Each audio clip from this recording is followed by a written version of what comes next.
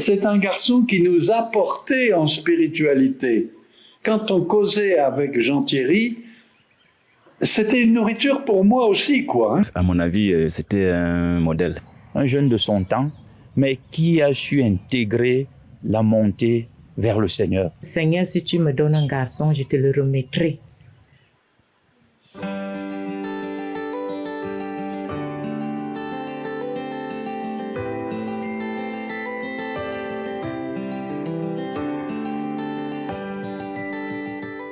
Quand j'aurai tout fini, que le Christ soit mien. En effet, tout ce que je le fais pour toi, être à lui et qu'à la fin, il soit à moi.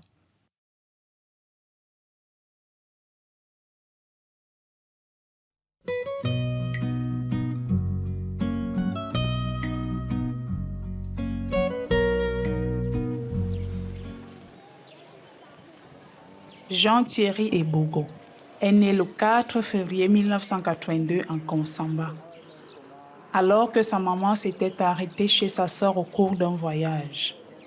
Les deux parents étaient instituteurs, mais le papa avait changé de profession à la naissance de Viviane pour devenir gardien de prison.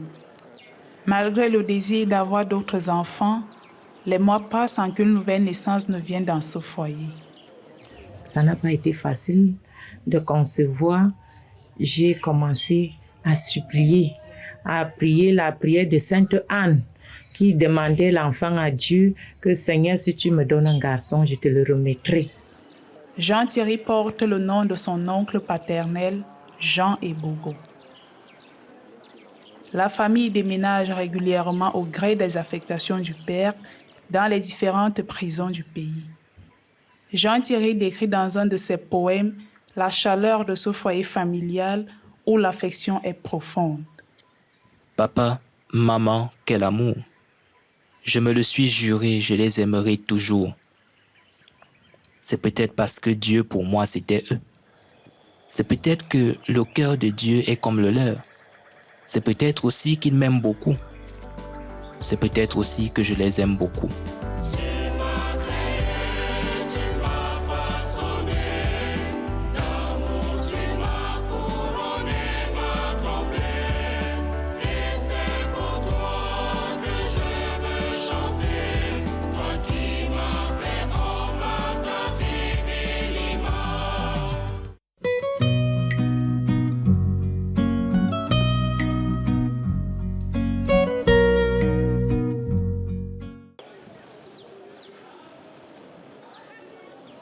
La famille a déménagé à Maroua, dans le nord du Cameroun, où le père de Jean-Thierry travaille désormais. Jésus fait irruption dans la vie de l'enfant à travers la rencontre d'un prêtre oblat de Marie Immaculée. Le père Eddy Mabila, un jeune prêtre oblat de Marie Immaculée, arrive à la chapelle de la prison de Maroua. Il a une soutane blanche et une belle ceinture de chasteté. Il est beau, très beau. Je ne cesse de le regarder de la petite chaise où j'étais assis, juste à droite de l'autel avec tous les enfants de mon âge. Comme la vipère inoptise des bois, je sens que quelque chose me gagne, se saisit de moi et me rend inapte pour un temps. Je m'oublie. Je ne sais même pas que le prêtre l'a vu aussi. Pourtant, je le regarde. Parce que après la conversation avec Père Eddy, il a beaucoup changé d'après les conseils. Parce que le Père Eddy, il prenait le Père Eddy pour un Jésus. Jésus lui a dit qu'il faut souvent prier pour être comme lui. Alors, tous les groupes de prière, partout où j'allais prier, il venait avec moi. Alors, chaque fois, il y avait un seul enfant, c'était Thierry. En effet, pour moi, le prêtre qui chaque fois nous parle de Dieu doit certainement le connaître, mieux que d'autres hommes. Il doit donc être, sinon l'image de Dieu, un de ceux qui ont la grâce particulière de voir Dieu et de lui parler. Il est un personnage emblématique. À le regarder, je sens que je vois Jésus lui-même, doux, beau, resplendissant et surtout très séduisant. C'est dans cette rencontre avec le père Eddy Mabila que Jésus a touché le cœur de Jean-Thierry. Une étincelle qui va devenir un incendie un feu qui ne cessera de brûler son cœur. Il prenait les morceaux de ce qu'on avait déjà mangé, soit le pain, soit le couscous. Il prenait des morceaux de ce repas-là pour distribuer à ses petits, comme communion. Et il disait qu'il voulait aussi être comme Père Eddy pour distribuer la communion aux fidèles. J'étais fou amoureux d'un idéal que j'ignorais. Je ne savais rien de la vie des prêtres. Pourtant, je voulais la mener.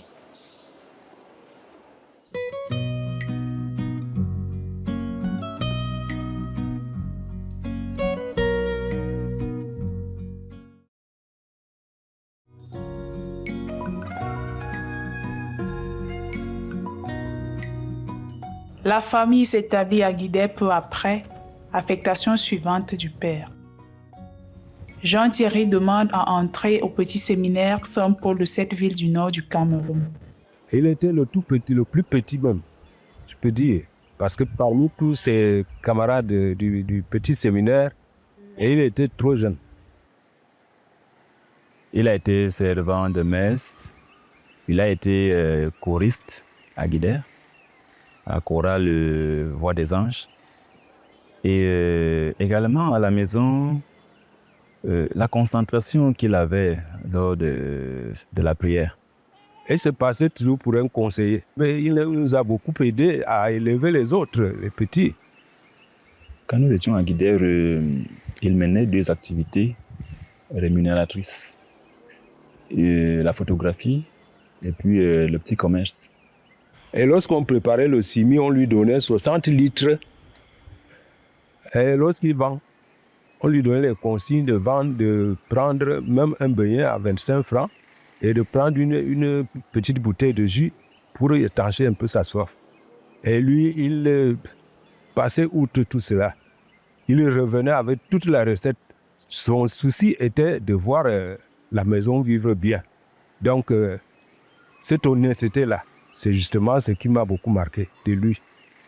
Il n'aimait pas aller au-delà des consignes.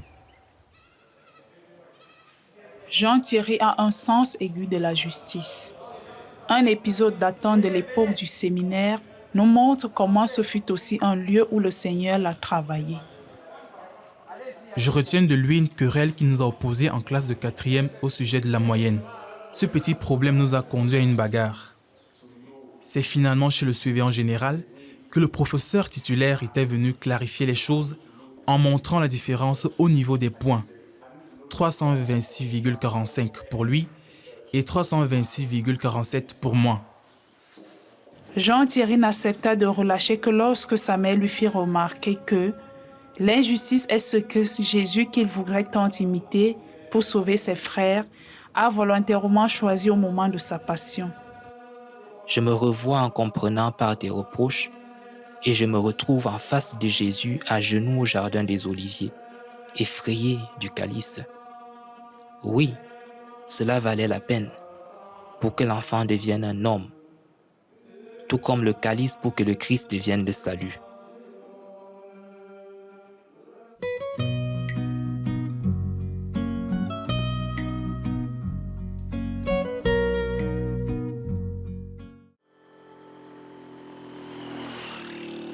La famille a déménagé à Mona-Télé, au centre du Cameroun, et Jean-Thierry l'a rejoint pour poursuivre ses études au lycée public. Il choisit une filière scientifique.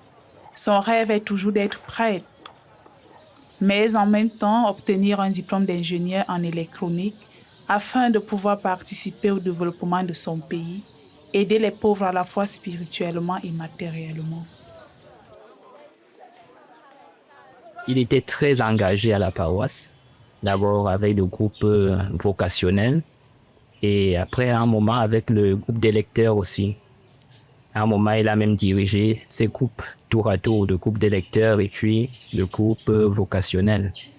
Donc, son engagement n'a jamais baissé. Au contraire, on le voyait peu à la maison, il était plus présent à l'église qu'à la maison quand il n'était pas en cours. Il avait cette facilité à accrocher les filles, laquelle facilité lui a valu beaucoup d'inimitié parce qu'il a un peu gêné la constitution ou la création de certaines relations entre les filles et les garçons du groupe, surtout pour ceux des garçons qui avaient envie de devenir prêtres et qui étaient dans le groupe vocationnel. C'est ce genre de pasteur qui ternit l'image de notre Église.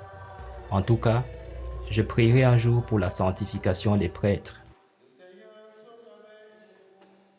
Cependant, tous les témoignages concordent. Jean-Thierry a voulu rester tout entier à sa vocation de futur prêtre, réservant son cœur pour le Seigneur. Il s'amusait bien comme les jeunes de son temps, sauf qu'il savait garder les limites à ne pas franchir. À sa mère qui s'inquiète de voir autant de filles attentionnées autour de son fils qui organise les cours de répétition à la maison, Jean-Thierry répond: Je sais ce que tu penses, mais je peux t'assurer que je garde intacte ma pureté. J'ai prié Jésus de me faire don de la chasteté et je ne doute pas d'être exaucé. Je veux devenir prêtre et y arriver pur. Malgré tous ses efforts, il échoue en 2001 au bac, mais garde son humour et déclare: J'ai réussi à échouer. L'année suivante, il obtient le bac scientifique et le proviseur veut l'envoyer à l'université. Devant son refus, le proviseur pense que c'est une influence de sa mère pour le pousser à devenir prêtre et il les convoque tous les deux. Suivre le Christ comme religieux est mon rêve depuis toujours. Être prêtre, mon idéal de vie. Je voudrais servir celui qui m'a donné ces talents. Je vais au séminaire servir mon Dieu. Le proviseur n'avait plus rien à dire. Et dans la salle, il y avait professeurs et élèves, une grande salle.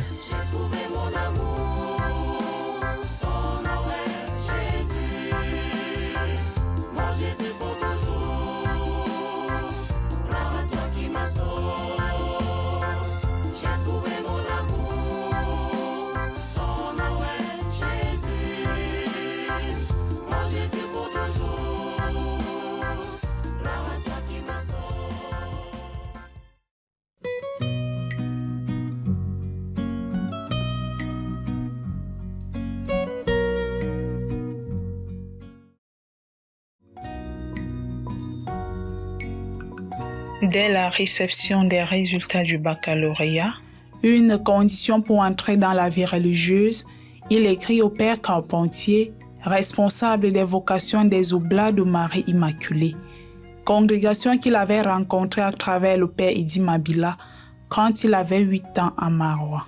Le jeune curé qui suit la famille témoigne de la vocation bien ancrée de Jean-Thierry. J'ai été très frappé lors de ma visite à la famille par l'ambiance chrétienne dans laquelle il a grandi. On sentait une famille chrétienne. Quand on causait avec Jean-Thierry, c'était une nourriture pour moi aussi, quoi. Je ne sais pas si pour lui, ce que je lui disais était une nourriture, mais pour moi, ce qu'il me disait me confortait dans ma vocation, dans ma vie spirituelle. Après, je reprenais ça dans la prière, tout ça, tu vois. Tu as des jeunes où ça se produit pas, ce réflexe-là. Jean-Thierry part pour Mokolo, tout au nord du Cameroun, où se trouve le pré-noviciat des Oblats. Tu sais, maman, mes premiers jours à Mokolo n'ont pas été aisés. Mais ici, après un peu plus d'1 mois, Père Christophe Legrand m'a parlé de l'oraison. Prière axée sur l'évangile, et progressivement, j'ai comblé le vide de mon cœur, qui était depuis meurtri par la séparation d'avec vous. Il a fallu que je parte de la maison pour savoir quelle chaleur s'y trouve. Heureusement, je me console dans ceci que Jésus lui-même a dit.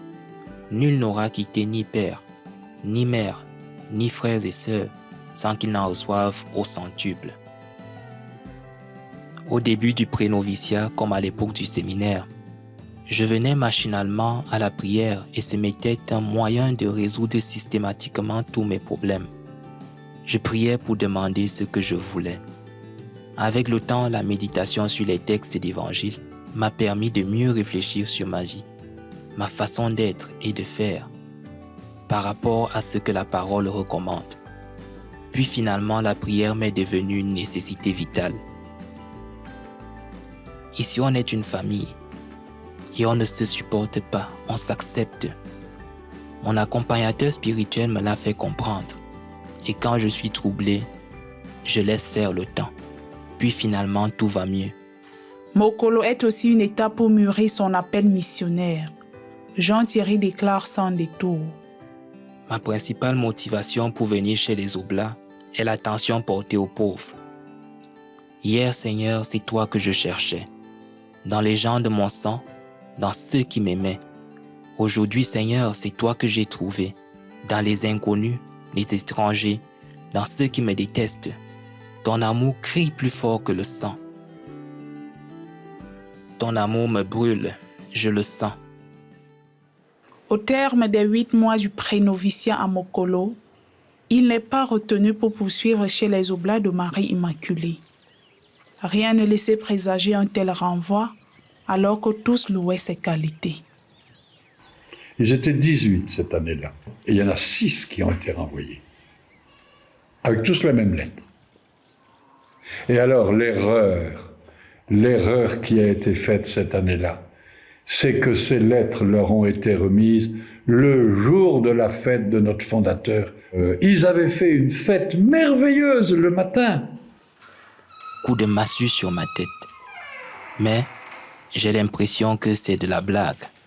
C'est une épreuve à surmonter pour entrer au noviciat. Je me souviens qu'il m'a dit quand même, c'est que ma route ne doit pas être là. Face à une telle épreuve, la réaction de Jean-Thierry est étonnante de foi et d'amour pour le Christ.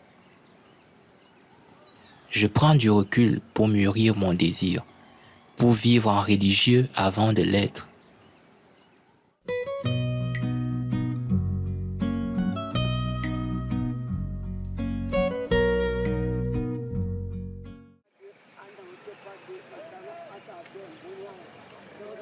Le retour à la maison fut difficile. Comment va-t-il être accueilli alors qu'il vient d'être renvoyé de chez les Oblats? L'essentiel était là. La relation avec l'ami de ma vie n'était pas touchée. Il faut souffrir, se lamenter en gardant à l'idée que c'est Jésus lui-même qui souffre ainsi avec nous.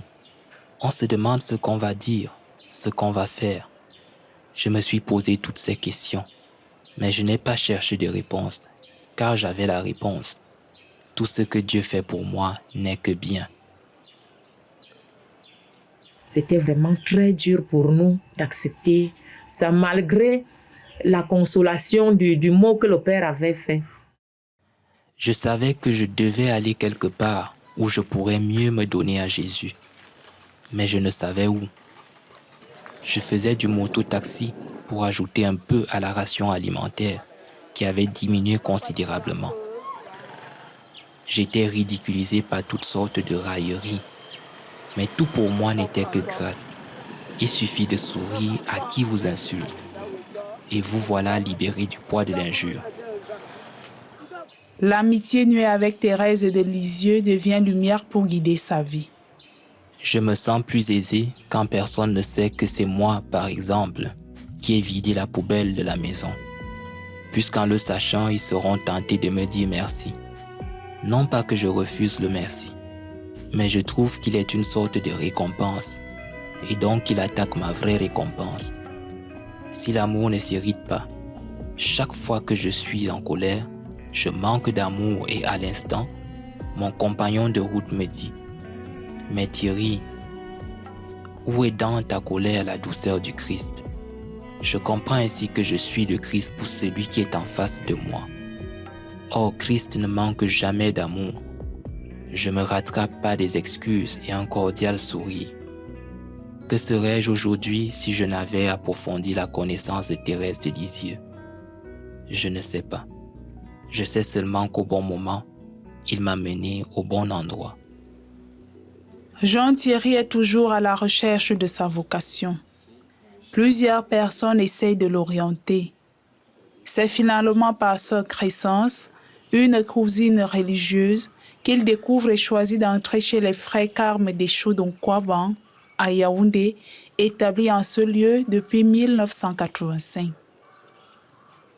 Après beaucoup d'explications, elle ne comprenait pas ma lettre et me demandait si je tenais à poursuivre dans cette voie. Et moi de lui dire que je n'ai pas d'autre intention. La sœur m'a ainsi parlé de quelques congrégations dont le Carmel, nom que je connaissais déjà. Je choisis donc sans hésiter le Carmel.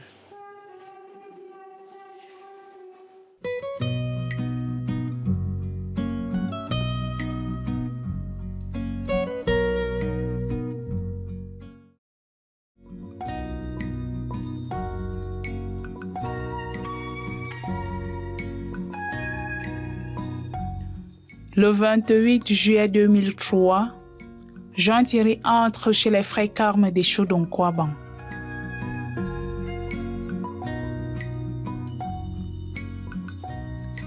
J'ignore si c'est au Carmel que Dieu m'appelle, mais j'y trouve ma place, je suis presque certain, qu'il me donnera la force de suivre la voie qu'il me trace. C'est pourquoi je n'ai pas peur de subir un autre renvoi. Je ne le souhaiterai jamais. Je suis si bien au Carmel.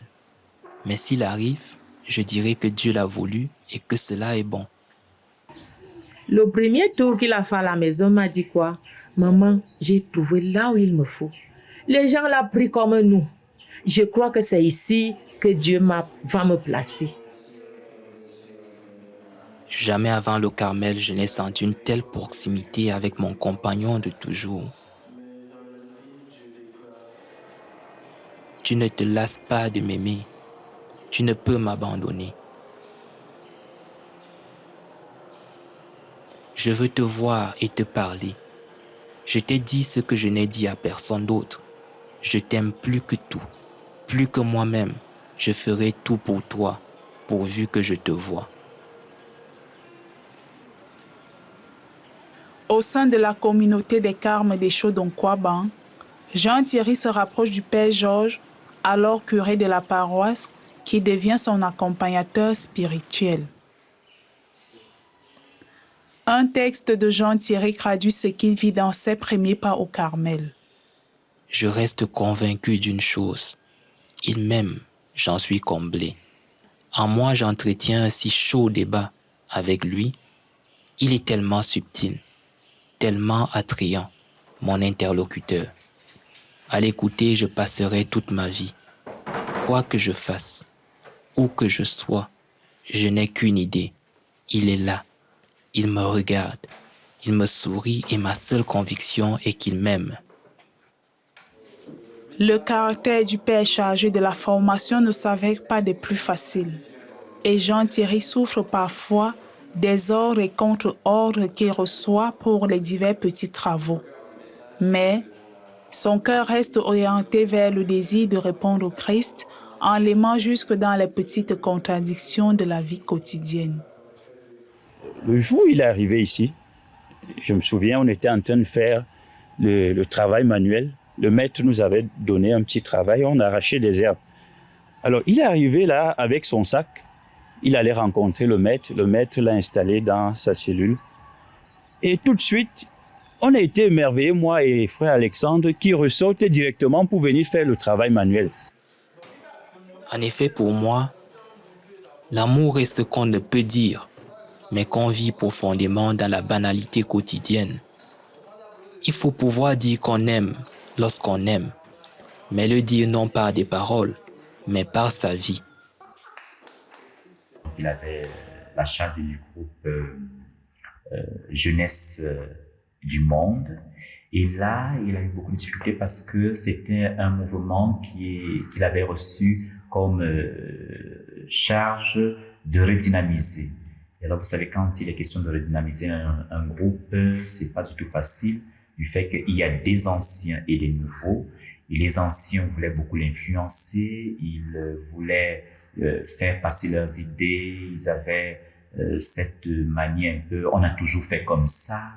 Et alors, lui, il venait avec une nouveauté, avec une nouvelle orientation qui était donnée par le père curé. Et là, il a eu pas mal de difficultés avec ces jeunes. Mais quand même, il s'en est bien sorti du fait qu'il rendait toujours compte au père curé qui lui donnait des idées pour pouvoir résoudre le problème. Alors le maître nous avait demandé d'aller creuser la poubelle derrière. Quand on dit poubelle, c'est pas les poubelles, c'est pas les fûts où on met le plastique d'un côté et les déchets organiques de l'autre côté. Mais ici, c'est ce qu'on appelle une décharge. Malheureusement, ce qu'il y avait au-dessus n'était pas très attrayant. Il dit non, laissez-moi. Moi, je vais enlever ça. Et il s'est mis à enlever. Finalement, nous, on était là, on le contemplait. Le soin que je mets à me laver est pareil à celui que je mets à laver la chapelle, les douches, la pourriture de la poubelle. La fiente de la volaille ont pour moi la même senteur que mon lait de toilette. En tout cas, je n'ai que joie et liesse à l'idée que je ne suis jamais seul. Il est donc dans toutes mes souffrances, qui ne sont plus souffrances. Il est là dans les violences que je subis, et ne sont plus pénibles mais bien légères. Ces douces violences qui préparent aux douces tendresses à venir. Le fait qu'il avait un bon tissu relationnel lui a permis d'entrer facilement en relation avec ses frères en formation, ainsi que les pères formateurs. Et autre chose aussi, comme force, on peut souligner son amour du travail. Donc, il aimait beaucoup le travail manuel comme le travail intellectuel aussi. Et il s'engageait beaucoup plus en communauté à ce niveau. On le voyait un peu partout dans la communauté, dans les différentes activités. Et comme autre force aussi, je peux souligner la prière. C'est un jeune aussi qui faisait montre d'une intériorité profonde et on voit aussi qu'il avait beaucoup le sens du mystère. Il réussissait toujours à sortir la simple blague qui remet tout le monde en joie et en confiance. Pendant les moments d'oraison, on le voyait vraiment plongé dans l'intimité. C'est vrai que c'est une relation avec Dieu. On ne peut vraiment pas l'évaluer. Mais je me dis que si sa vie communautaire était aussi dense, aussi profonde, abondante et riche, c'est parce qu'il y avait cette fibre intérieure qui le rattachait secrètement au Christ et qui était la richesse de son oraison. Aussi, parfois, là, aux heures perdues, c'était pas surprenant de le rencontrer en train de dégrainer son chapelet. À la chapelle, le plus souvent, il était assis. Il priait tout juste devant moi. Donc, il avait sa petite Bible. Bon, on va dire Bible, c'est beaucoup plus Nouveau Testament, plus les psaumes. Bon, je le voyais de temps en temps, il prenait ce petit bouquin, cet évangile, il le lisait et il le redéposait. Donc, je vois que je retiens de lui de quelqu'un qui savait vraiment que la prière devrait se reposer sur la parole de Dieu. Et je retiens ce jeune qui s'appuyait toujours sur cette parole de Dieu pour parler cœur à cœur avec le Seigneur. Si vous rencontrez les jeunes avec qui il travaillait, on vous dira qu'il était l'ami de tout le monde. Parfois, aux heures perdues, on était toujours en train de sonner au portail. Qui est-ce que vous voulez voir? Parfois, le père, je suis fâché aussi quand même. Qu'est-ce que vous cherchez? Vous cherchez quoi? On veut voir Jean-Thierry. On veut voir Jean-Thierry.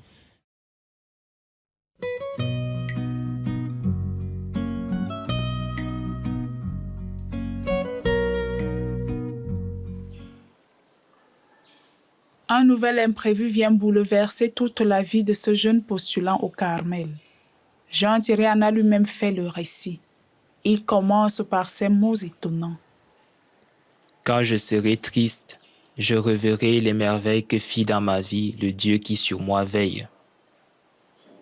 Alors, ce jour-là, donc, il a pris de vitesse quelqu'un. Donc, quand il a lancé le ballon, il a pris de vitesse. Et l'autre joueur l'a taclé, donc. Comme un tacle ordinaire, on pouvait se dire dans un match de football, sans imaginer que ça aurait des conséquences. Il est tombé, il s'est relevé, il a continué, il a juste frotté le pied de quelques douleurs, mais il a continué à jouer le match normalement. Après donc que le pied commence à gonfler, on a demandé à une sœur de s'occuper de lui. Fin mai 2004, le 26 probablement, un abcès au bas du genou droit, très douloureux mais supportable. Mardi 17 août 2004, l'anapathe, examen d'anatomie pathologique, donne son verdict J'ai un sarcome, une tumeur très maligne. Il faut amputer. Le noviciat, espoir suspendu. Peut-être envolé. Pour me l'annoncer le vendredi 20 août, le docteur Ongene m'a dit que le sacerdoce n'est pas la seule voie pour servir Dieu. Moi qui croyais avoir trouvé au Carmel ce que je cherchais, ce que nulle part ailleurs je n'aurais trouvé. Un poème traduit le bouleversement intérieur de ce jeune sportif qui devient désormais unijambiste et dont la vocation religieuse et sacerdotale est à nouveau contrecarrée. Les projets de toute une vie envolés, les aspirations d'une âme étoilée. J'ai rêvé de grandes courses, désormais point de course. Alors ce soir je compris. Je vis qu'avant d'être surpris, il valait mieux s'amender. Renoncer au combat fou avant de perdre le point. C'est pourquoi j'ai décidé de n'être rien. C'est pourquoi j'ai résolu d'être sien, de vivre pour rien sinon pour lui, de n'aspirer à rien sinon à lui. À ce moment, mon attachement pour le Carmel devint si fort, si intime que jusqu'à ce jour je ne m'explique pourquoi il en fut ainsi. Oui, rien n'est plus clair. J'ai peur de tout. Et pourtant, je n'en ai pas l'air. Je me dis que si je me laisse abattre, j'affligerai beaucoup de monde et j'aurai sur le dos la responsabilité de leur état d'âme. Je préfère donner la joie. Le 22 août 2004, ses confrères partent au noviciat à Dédougou au Burkina Faso. Jean-Thierry reste au Cameroun à cause de sa santé. Dans ce départ des frères, il voit l'espoir du noviciat s'éloigner. J'ai très envie de laisser couler des larmes, parce que pour une fois, je suis en passe de réaliser mon rêve, quand soudain survient comme une désillusion.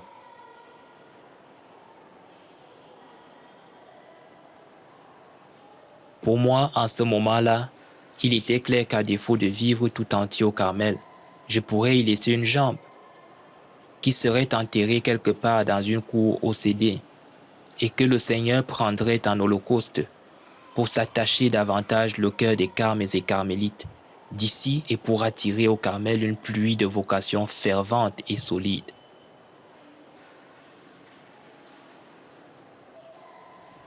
Est-ce que vous êtes d'accord de faire amputer la jambe de votre fils? J'ai invoqué l'Esprit Saint.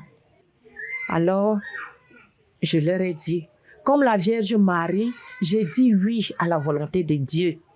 J'ai offert cet enfant à Jésus. Je ne peux pas le retirer dans l'église pour amener au quartier, faire quoi? Amener où? Je ne sais où partir.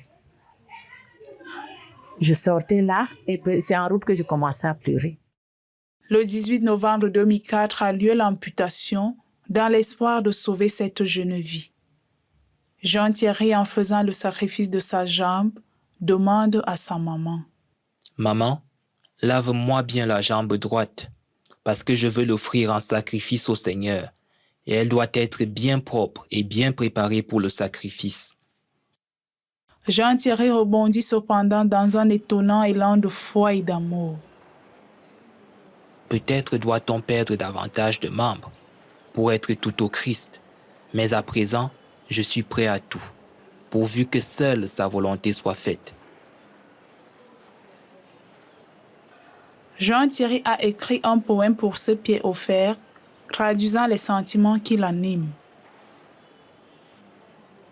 J'en ai eu deux. J'ai couru ici et là. Brûlant de zèle, j'allais par-ci, par-là. Et soudain, il m'a dit, « Donne-moi un pour les lieux à toi interdits. Il ira vite, plus loin, je te le dis. Ce sera un don inédit. » Et moi, j'ai dit, « Ça, c'est pas assez. Prends, le voilà. Mais je veux qu'il parcourt d'abord le cœur des jeunes Camerounais pour l'avenir du Carmel dans ce pays. Ensuite, il ira où tu veux par l'Église. Si tu me prenais tout entier, je viendrais volontiers ajouter de ma part au chantier, sol où poussent les roses du Carmel de mon pays. »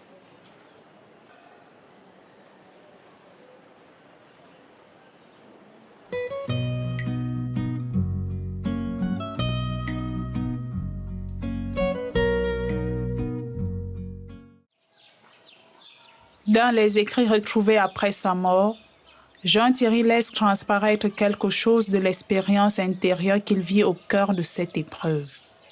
C'est une nouvelle rencontre, cette fois-ci de sa fiancée, la sagesse divine. Je me dis que le Seigneur m'a repris ma force d'antan pour que toujours plus je compte sur lui. Vois la Sainte Vierge Marie. En silence, elle a dit oui. Et maintenant, il te faudra du temps et de l'humilité pour comprendre et accepter ce que le Seigneur voudrait que tu sois.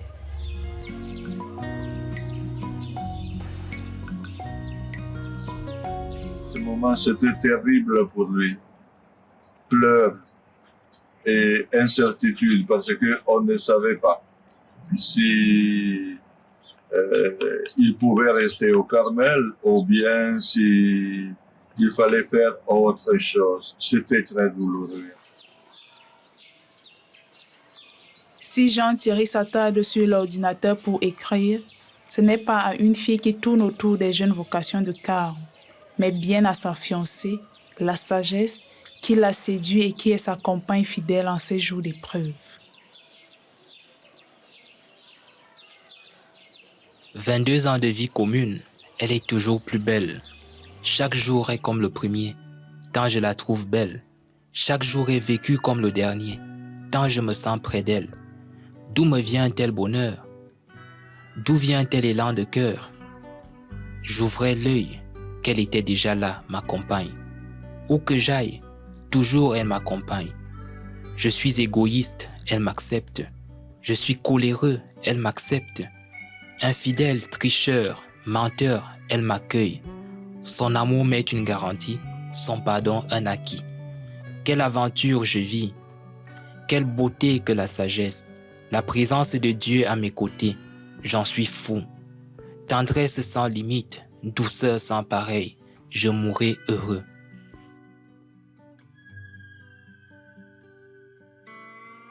Le père provincial, père Gabriel Matavelli, lui annonce qu'il l'amène en Italie pour commencer son noviciat et avec l'espoir de lui obtenir des soins plus appropriés. Les parents de Jean-Thierry, Marie-Thérèse et René, viennent le saluer en Colombisson le 29 août 2005.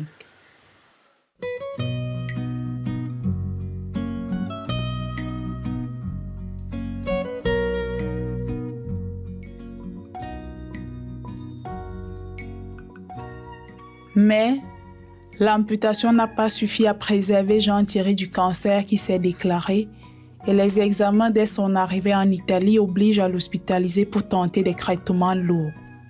Ceux-ci s'avèrent inefficaces et Jean-Thierry est finalement orienté vers un service de soins palliatifs. Son rayonnement étonne ceux qui le rencontrent. Sa maladie est pour lui une occasion d'entrer en contact avec les autres, avec ceux qui souffrent. Une fois qu'un sens est donné à la maladie, elle n'est plus une souffrance, mais un chemin vers un autre. Nombreux sont ceux qui viennent le visiter, personnel soignant, frères, amis. À tous, Jean-Thierry apporte son sourire, sa joie, un peu de réconfort. Il s'oublie et pense d'abord à ceux qui viennent vers lui.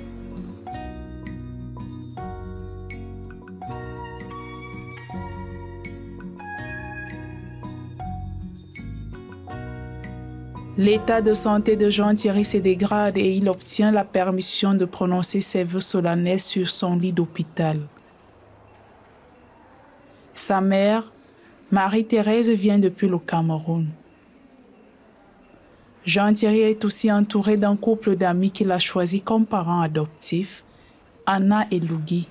C'est ainsi que le 8 décembre 2005, en la fête de l'Immaculée Conception, il devient frère Carme Deschaux pour toujours, le rêve de sa jeunesse. C'était très dur à accepter pour moi. Je lui demande que ces habits, tu vas les porter pour aller au paradis.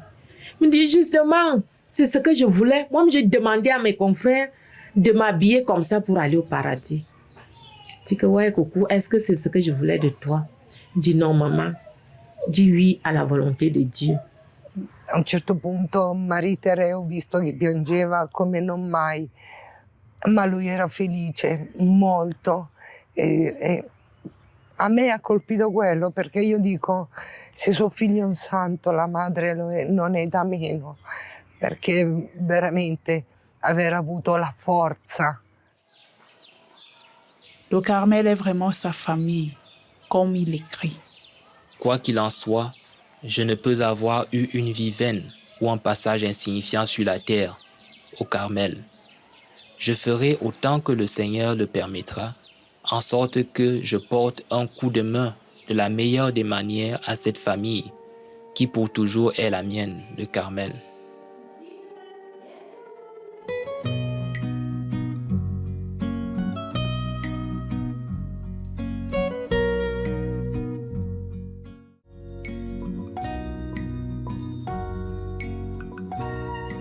Dans son cœur, ce sont probablement les mots du poème qu'il avait écrit en Kwaban qui sont à nouveau prononcés. Je veux te voir et te parler. Je t'ai dit ce que je n'ai dit à personne d'autre. Je t'aime plus que tout, plus que moi-même. Je ferai tout pour toi, pourvu que je te vois. Au cours d'une conversation téléphonique, il dit au Père Georges rester au Cameroun. Je ne voudrais guérir que pour être prêtre. Vous me conduirez à l'église sur le fauteuil roulant et j'y resterai toute la journée pour tenir compagnie à Jésus et pour administrer le sacrement du pardon. Le soir, vous viendrez me chercher. Puis alors sa question, je l'ai encore au téléphone là quand j'étais en France. Mais alors, ma vocation, c'est quoi ma vocation? Ça sert à quoi ma vocation? Il était couché sur son lit, au téléphone. Hein? Je lui ai dit, écoute ça, mon petit ami, demande à Jésus, c'est lui qui peut te répondre. Hein? Moi, c'est pas moi qui t'ai appelé. Le père provincial se souvient des derniers jours de Jean Thierry qui l'ont conduit à accepter l'absence de guérison et à envisager consciemment son retour auprès du Père. Moi, j'avais encore dans ma tête les mots du médecin et je ne savais pas comment dire la vérité à Jean Thierry. J'ai demandé dans mon cœur la force à Dieu et avec beaucoup d'efforts, en scandant les mots, je lui dis, frère Jean Thierry, tu accompliras ta mission que le Seigneur t'a confiée. Mais je crois que tu la feras mieux dans le paradis. Jean, en me regardant, il restait sans mot. Jean Thierry reprit son regard normal et me dit, « Oui, mon Père, j'accomplirai ma vocation au paradis et je ferai descendre du ciel un déluge des vocations pour le Carmel et pour l'Église. » Alors que sa mère doit retourner au Cameroun le visa expirant, Jean Thierry reste assisté par sa maman adoptive Anna. Alors qu'il entre dans le coma, il lui montre l'image de Jésus miséricordieux à côté de son lit et lui dit. Poi lui alzando la mano verso la parete di fronte che c'era Gesù della misericordia e mi fa quanto è bello Gesù. E io le ho risposto sì, quanti raggi di luce che dà. En ce 5 janvier 2006, Jean Thierry voit enfin Jésus face à face. Il l'avait écrit. Ta nature est immuable, c'est l'état qui change. Il vient alors que ton bonheur est un socle. Les événements de la vie, les colonnes dont l'importance n'est pas moindre, mais très faible pour être comparée au socle. Pire encore, pour être substituée au socle. Son corps, rapatrié au Cameroun, repose désormais dans le jardin du couvent de Nkolbison. Nombreux sont ceux qui viennent se recueillir sur sa tombe. C'était quelqu'un de très grand pour son âge, quelqu'un de très avisé. Et j'ai beaucoup appris de lui et ça m'aide aujourd'hui dans les études. L'amour qu'il avait pour ses études, il les prenait très au sérieux parce qu'il avait un objectif à atteindre. En réalité, il nous a montré un chemin qui est le bon. Qui est le bon. Et depuis que j'emprunte cette voie-là, je ne me suis pas perdu. Dans ça, je lui dois. Donc, il a contribué à nous montrer la voie à suivre. Il a contribué à faire de nous des personnes assez honnêtes parce que l'honnêteté, il était très attaché. Tout d'abord, je retiens sa simplicité, son amour pour la prière et des vertus, son accueil de la volonté de Dieu et sa contemporanéité. Il savait partager des expériences vécues là-bas, surtout ces difficultés qu'il rencontrait dans ce mouvement. Donc, nous pouvons aussi souligner autre chose comme la fermeté. Il était ferme. Jean-Thierry peut être un paradigme pour une jeunesse renouvelée, pour une jeunesse qui est totalement donnée au Christ, une jeunesse qui devient oblation, offrande pour le Christ. D'ailleurs, la dimension oblative fait grandement partie de sa vie, vous le savez très bien. L'offrande de sa jambe après l'amputation. Pourquoi? Pour la fécondité vocationnelle. Mais voilà un jeune qui peut montrer que la joie existe au sein de l'épreuve la plus lancinante, la plus tenante et la plus douloureuse. La manière dont il a vécu son passage vers le ciel. La façon dont la lecture théologale de la souffrance qu'il a eue. Et il a donné une dimension salvifique à cette souffrance. Le Seigneur a voulu nous envoyer un message à travers son existence parmi nous. Parce que lui, étant petit comme il était, il a servi plutôt de modèle de foi pour nous autres. Parce que sa vie, la vie qu'il a menée, moi-même, je n'ai pas pu la mener dans ma jeunesse. Et son passage a permis que je puisse changer et revoir ma façon de vivre. Il y a des fois quand les enfants prient avec moi, je sens la grosse voix, comme si c'était la grosse voix de Thierry. Et je sursaute. Je sais que peut-être c'est parce que je pense à lui que j'entends cette voix. Chaque fois, quand je suis tellement éprouvée, je sens sa présence. C'est comme s'il était à côté de moi, me dire que courage ma mère. Peut-être que Jean-Thierry sera compté un jour parmi les saints du Carmel et les bienheureux du Cameroun.